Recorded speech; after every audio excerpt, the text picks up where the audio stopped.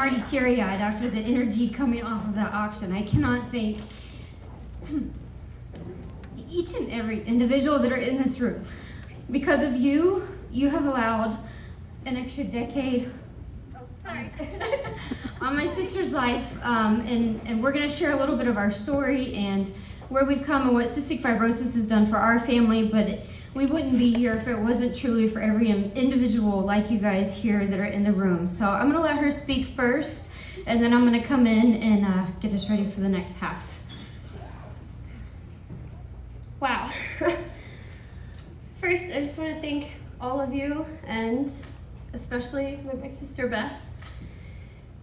We've had such an amazing journey. I am so proud, awed, and elated that I have you as a big sister. I think you are so strong and wonderful. My name is Sara Anne Usry. I'm 26, and I've lost many people I love and admire. I have a wonderful life, and I have CF. This is actually really hard for me to be up here and do. Not because I'm scared of talking in front of all of you. I actually really love talking. But it's because these are things that I normally resent, or not repress, and try not to think about. I've always hated to think of myself as a CF patient.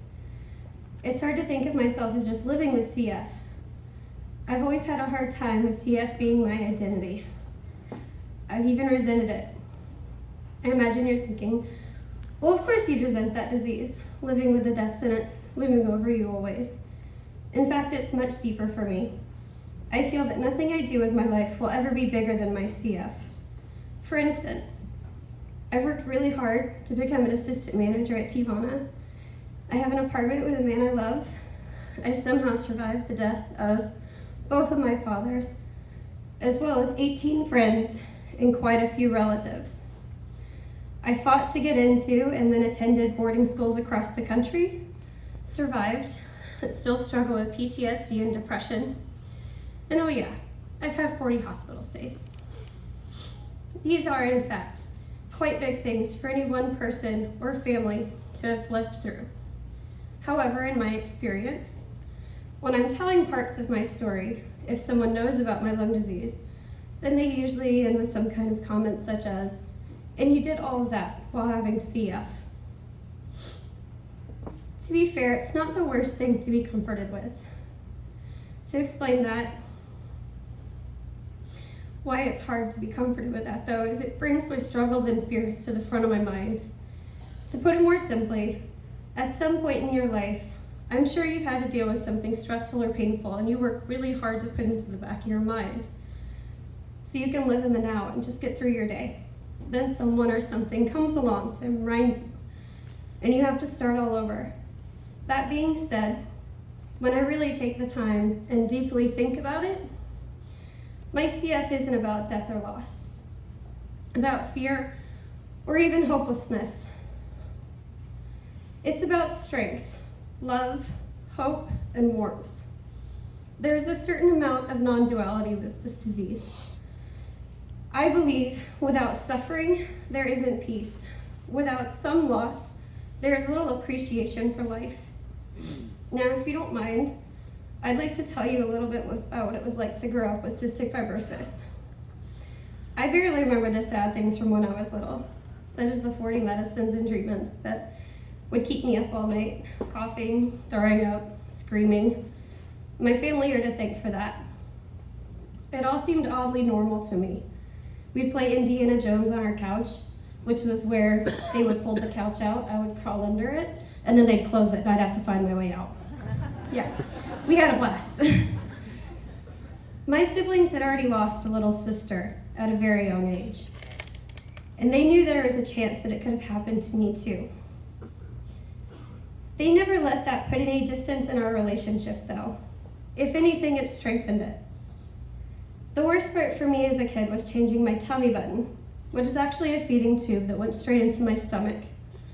It allowed me to get medicine and nutrition that my body had been deprived of. It saved my life.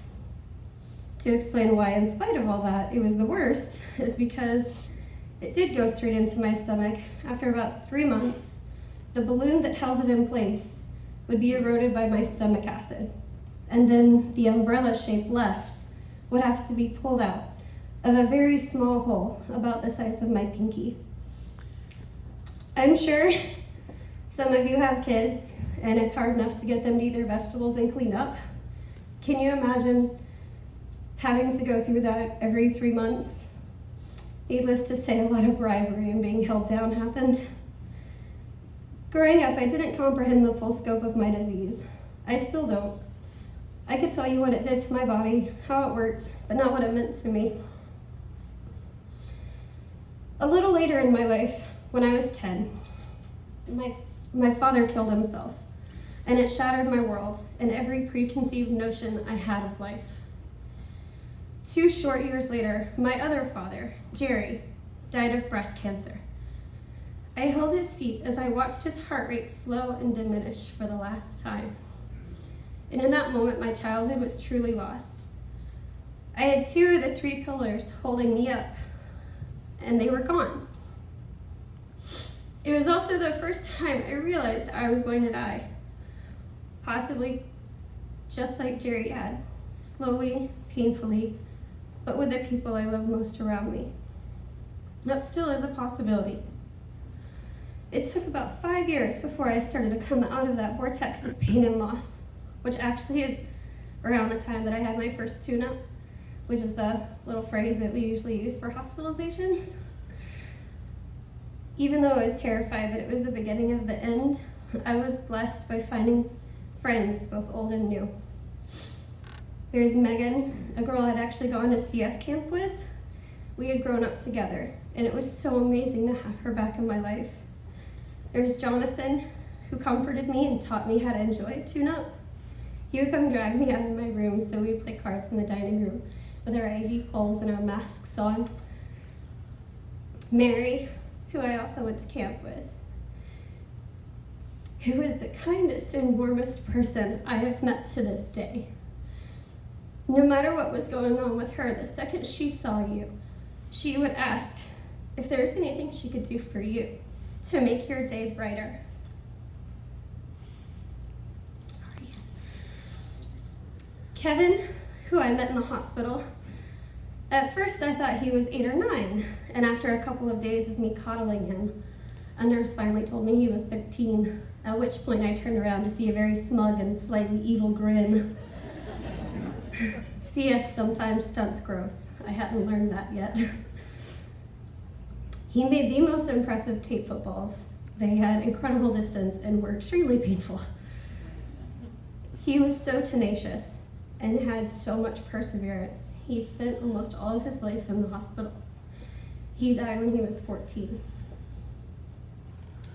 The last CF sister I'll tell you about is Lynette, who I lost over this last Christmas. She was the bravest, most honest, beautiful, crazy, and determined person I've known. I had talked to her a couple weeks before she died. All she said was, "Yeah, I'm in the hospital again. I'm feeling a little bit better. I should be able to go home soon." And in a way she did. More to the point though, it proves how almost every CFer thinks. This sucks, but this is my life, for better or worse, and I'm gonna live as much of it as I can. I could go on and on about the many CFers, doctors, nurses, and many other amazing people that I have been blessed to know because of this disease. I actually have a mutation that I share with only 59 people in the entire world, which causes my lungs and sinuses to get clogged with sputum, and chokes me and breeds infections. But my pancreas works pretty great, all things considered. That means that I have the weight and body energy to keep fighting. Because of all of these factors, my health is such that I can do a lot of research studies. I do these so that this generation's Mary, Kevin, Megan, Jonathan, Sam, and Lynette's don't have to suffer the way that my friends have, the way that I do, so that maybe one day there can even be a cure. My friends were very big advocates for this disease, and they left a large mantle for me to carry. As I mentioned earlier, I prefer to block out my CF, not really advertise for it. But just like I have the body to help, I also have the voice to speak up now that they can't. But that's what charity is. It's sacrifice. Doing things that sometimes make us uncomfortable, sad, and vulnerable. I'm still learning, and hopefully I've given you all some new perspectives to think about. If I can inspire even one of you to live more fully, to love more, to have gratitude and grace, then I count this as a success. Lastly, I want you to imagine if your child, your brother or sister, your best friend, or even your parent had this disease. What would you feel? Would it be fear, heartbreak, determined? What would you do? I'll leave you with these last questions. Will you help me and my community? Will you give us hope? Will you give us a future? Thank you.